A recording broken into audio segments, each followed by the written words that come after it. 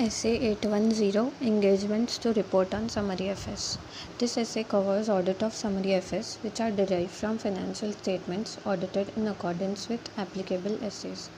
Summary FS may contain less details, but they should provide structured, consistent information that is provided in complete set of FS.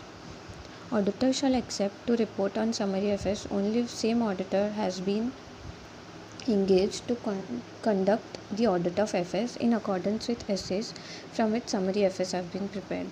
Before accepting an engagement to report on summary FS, auditor shall consider the following: determine whether applicable criteria is acceptable, obtain an agreement from the management that it acknowledges and understands its responsibility, agree with the management on form of opinion expressed. 3 points are: criteria is acceptable, obtain an agreement from the management, and third, form of opinion to be expressed.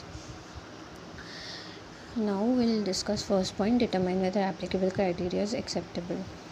Management is responsible for determining the information that needs to be reflected in summary FS, since summary FS by their nature includes aggregated information and there is limited disclosure. Therefore, there is an increased risk that some info might not be included or included info is misleading. The risk will increase when an established criteria does not exist. Following factors will help the auditor in determining whether the applicable criteria is acceptable or not. First, nature of entity. Second, purpose of summary FS. Third, information needs of intended users. And fourth, applied criteria will result in summary FS that are not misleading in the circumstances. If the criteria for summary FS do not exist, then it may be determined by management on the basis of best industry practices. If auditor concludes that the applied criteria is not acceptable and he is not able to agree with the management, then he should not accept such engagement unless required by law or regulation. Now we'll discuss second point of first, obtain an agreement from the management. So details are: responsibility for preparation of summary FS in accordance with applied criteria. Management should make audited FS available to the intended users of summary FS without undue difficulty. Following factors may help the auditor in determining whether intended users can access audited FS without undue difficulty. FS are available on public records. Management has established a process by which they can access, and summary FS clearly describes from whom or where the audited FS are available. To include auditor's report on summary FS whenever in any document summary FS are included and it is indicated that they have been included, like we have to give reference of summary FS. Fourth point, modification to the opinion EOM OM para in the auditor's report on the audited FS. There are two parts: first is qualified and second is adverse or disclaimer.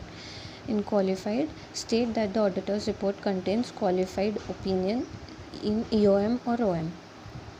Describe the basis for qualified opinion and its effect thereof on summary FS. Second part, adverse or disclaimer, state that auditor's report contains adverse or disclaimer and describe the basis for adverse or disclaimer, and state that due to adverse or disclaimer it is inappropriate to express an opinion on summary FS. This is called denial of opinion. Important for MCQ, denial of opinion. Next, if summary FS are not consistent in all material respects or are not a fair summary in accordance with applied criteria, then auditors should consider an adverse opinion if management does not make required changes. Next question, elements of audit report on summary FS. Auditor's report on summary FS shall include following elements: title, addressee, introductory paragraph that identifies summary FS and audited FS, and a statement that reading summary FS is not a substitute for reading audited FS. Description of responsibility of management. Next, statement that auditor is responsible for expressing opinion on summary FS which was conducted as per Essay 810. Next paragraph clearly expressing an opinion. Date, signature, place. Important 2 points are here: that introductory paragraph that identifies summary FS and audited FS, that it is not a substitute of reading full audited FS. And we have to clearly express that audit is conducted as per SS 810. Auditors Association. If entity plans to state that auditor has reported a summary FS in a document containing summary FS without auditor's report, auditor shall request management to include auditor's report. If management does not do so, auditor shall take action to prevent management from inappropriately associating auditor with summary FS in that document. Auditor may be engaged to report on FS of entity but not on summary FS. In this case, if entity plans to make statement in a document that refers to the auditor, he shall be satisfied that reference to auditor is made in context of auditor's report on audited FS and statement does not give impression that auditor has reported on summary FS. If A or B is not met, then auditor shall request management to change statement or not refer auditor in document.